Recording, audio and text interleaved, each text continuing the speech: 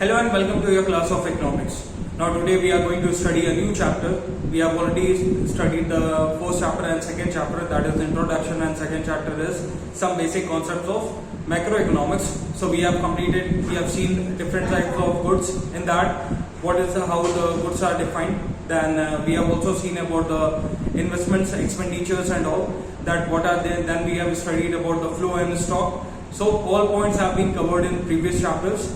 So now we are going to study with the new chapter, that is national income or the related aggregates of national income. So in this chapter we first start with the definition of national income. What is national income? So here is the definition. National income: the sum total of the factor income earned by the normal residents of the country during an accounting year. That is known as your national income. So we can see here two important points have been discussed in the definition. First one, that factor income. What is factor income?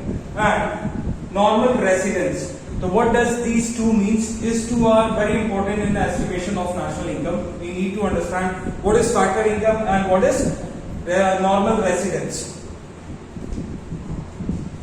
So first we discuss about the factor payments or factor income. So what is factor income? First thing, the payment made by the by the producing units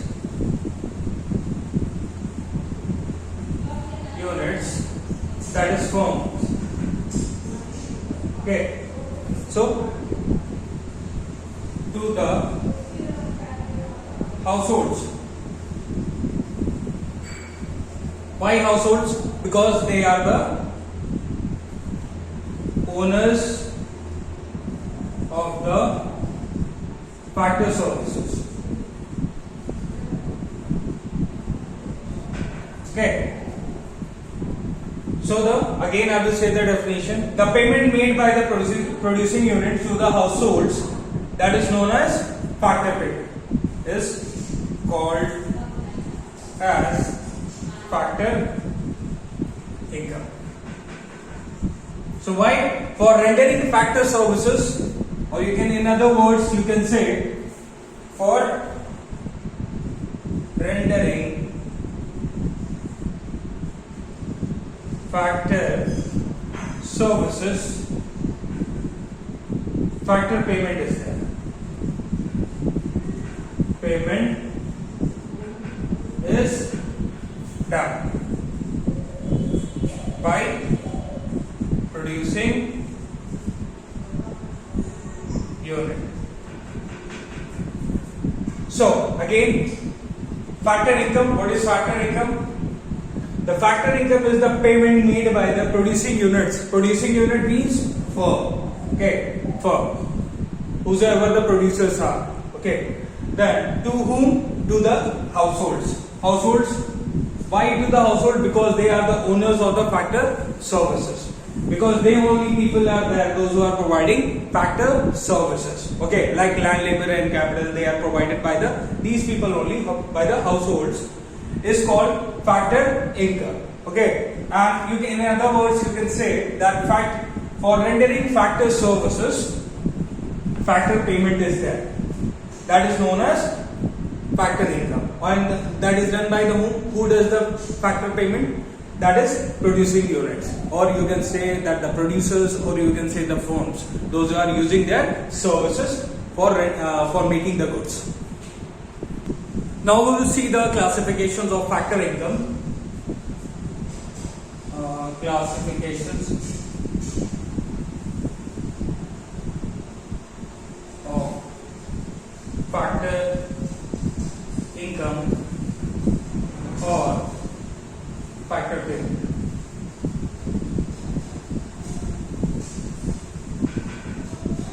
So first one, what is the factor income? What comes under the classification of factor income? First one is compensation of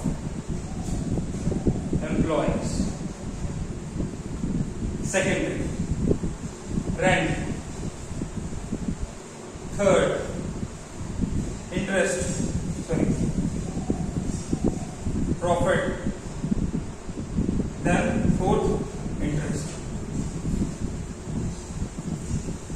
Okay, so under four classifications of factor income, there are the four topics which we need to understand. What is compensation of employees? Means that comes under the compensation, rent, profit and interest. Now if you are adding these all, that will become factor income. Or maybe possible only one is there, or maybe possible all four are there. So if you are going to find out the factor income, you need to check all four are there or not. If two is only given, other two are not given, no problem. Okay, that is zero. But if all four are there, so you need to sum up and that will become factor income. So under this topic, four topic term, that is compensation of employees, then rent, then profit and then interest. So these four are there under which means factor income is being divided, or that comes under the factor income. So compensation of employees means wages, salary and all.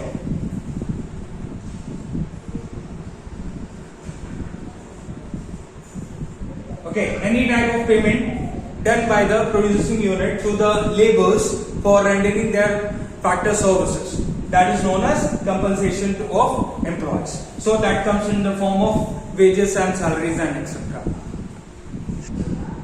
So now we talk about the third point, that is rent. Now this rent is received by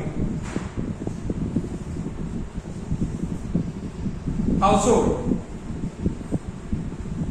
Why? Because they have given their land to the producing unit, or the land is being used by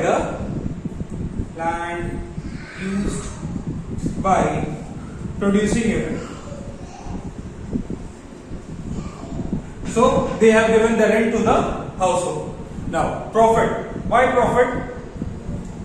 Second. See, because received by household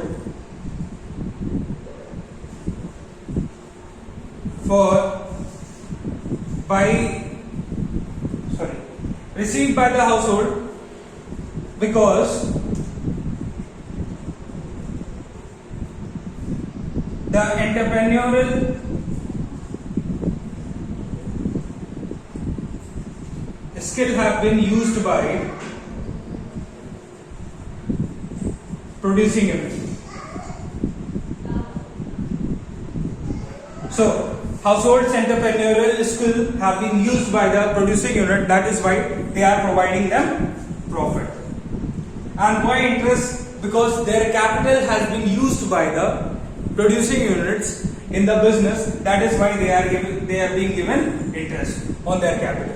So these four are there when you are looking for factor income. So you need to learn and understand what is compensation of employees, then rent, then profit, then interest. These four topics will be there in the factor income.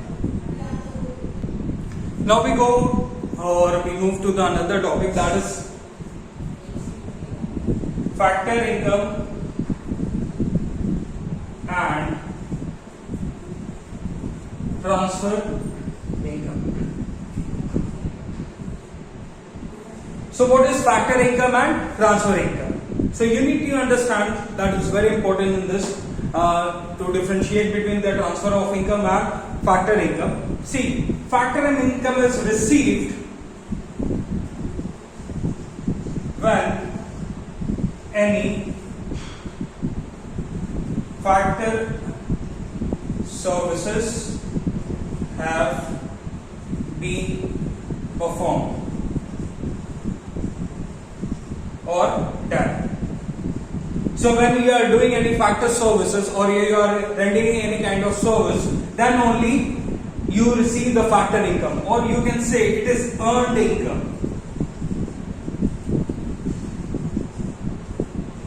Because of some work you have performed, that is a factor income. Okay, for rendering any type of factor services, you are receiving any kind of income, that is your factor income. So that is your salary, that is your money which you have done, which you have received for performing some work. But what is transfer income? Transfer incomes are those income which are received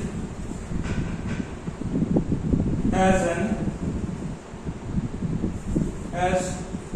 charity,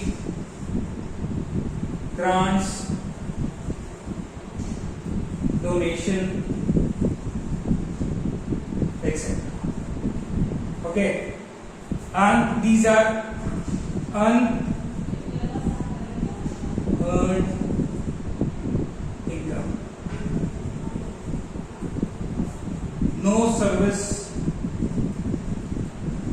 have been performed.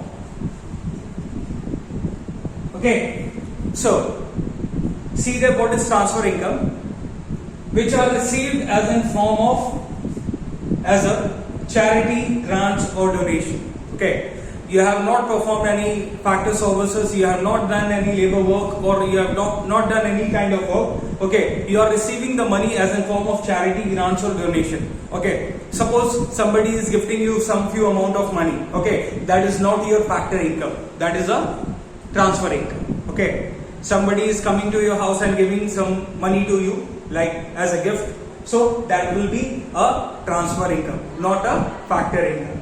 Then it is unearned income. So these factor incomes are these transfer income are called as unearned income because you have not earned it. You have not done any type of work. That is why you have not earned it. Okay. And last thing, no service have been performed.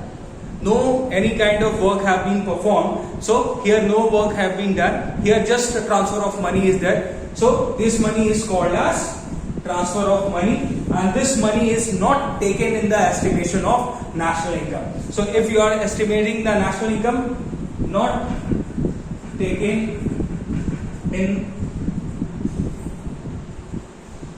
estimation of NI, that is national income. So this money is not taken in the estimation of national income, but factor income is taken in the estimation of the national income. This income is very important, okay, but this is not. This income is not taken for the estimation of national income. Now we study the next topic, that is